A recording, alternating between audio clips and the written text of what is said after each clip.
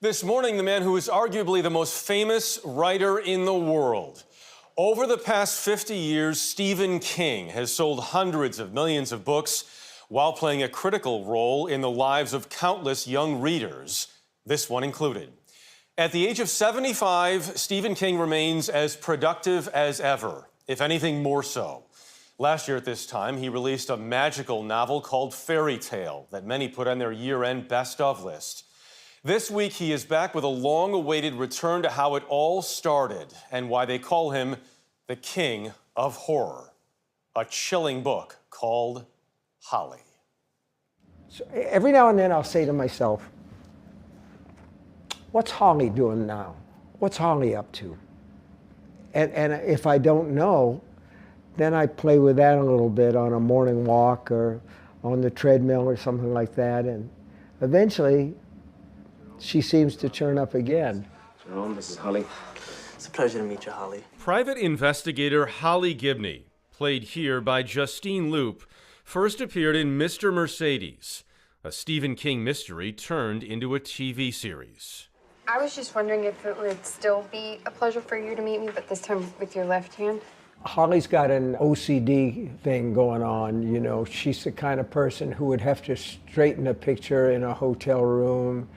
I'm also a kind of person who straightens pictures in strange hotel rooms, so there's a little bit of Holly in me. Are you itching to adjust something in here right now? No, everything looks pretty much on the level to me. So we can fix after always. But you know what? There's a little bit of Holly in everybody, so. I think so. By now, Holly has been in 5 of King's works, including another adapted for TV and most recently played by Cynthia Erivo in HBO's The Outsider. They died of influenza.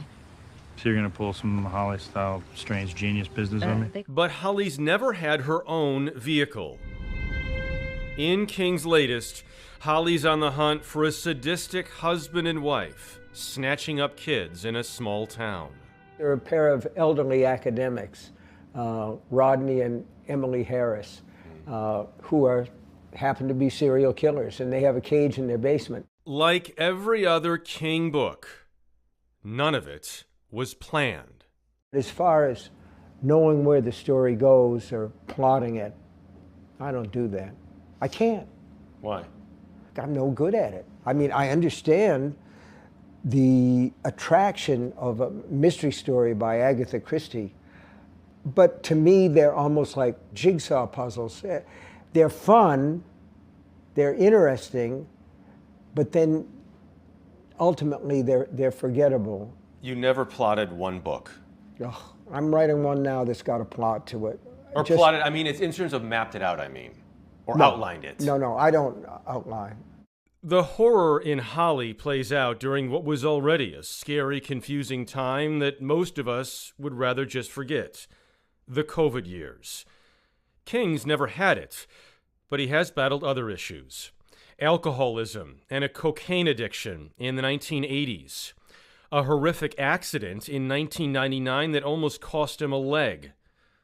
Through it all, he never stopped. No, the misery! Dropping new hits year after year. Misery was my first Stephen King book. Oh, okay. My dad had me read it. We did a cross-country trip in 1988. I was just texting with him this morning. He's like, back then, I didn't even know who Stephen, he was like the young upstart. Yeah, I was. You know? I was.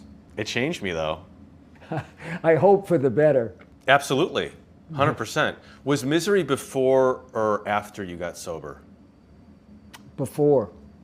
But I knew what was wrong with me at that time. And Misery keeps Paul Sheldon prisoner, and she's just his #1 fan. That's why she does it. It's fan love. And, you know, Coke and booze loved me, so they almost loved me to death. But I knew what was wrong at that time, and I'm sure that there's a subtext there. More than 20 years ago, King gave readers an extraordinary insight into his process in a memoir that became an instant classic, On Writing. I guess it occurs to me, we're probably making you do this interview during normal writing time. Yeah, I would be writing otherwise, but what I'm doing isn't going all that well, so I'm happy to do it. So we gave you an escape. Yeah. Okay, good. All right. It's a day off. It's an O day. But doing interviews is hard too, because at the end of it, I always feel like, do you remember after you took the SATs? You know, I feel like I've been kind of like strip-mined and... Do I make you feel that way?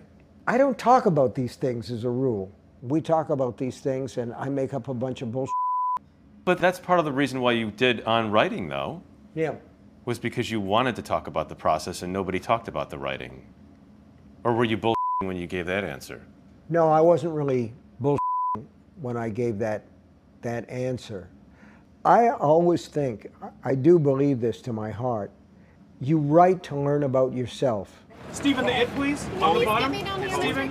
BS or not, all of King's #1 fans still can't get enough. I'm gonna fall down, guys. You gotta stop pushing me. By no means is Holly his last planned book. King says he won't stop until God stops him. All using a timeless formula. Write what he likes to read. My idea of the perfect book for me as a reader is one where I don't want to stop. I want to continue on into the early hours of the morning, and I don't want to skip dinner. I want to read at dinner, whatever. I don't want to watch the latest thing on TV. I just want to read that book. And when that works, man, that's silk. That's great.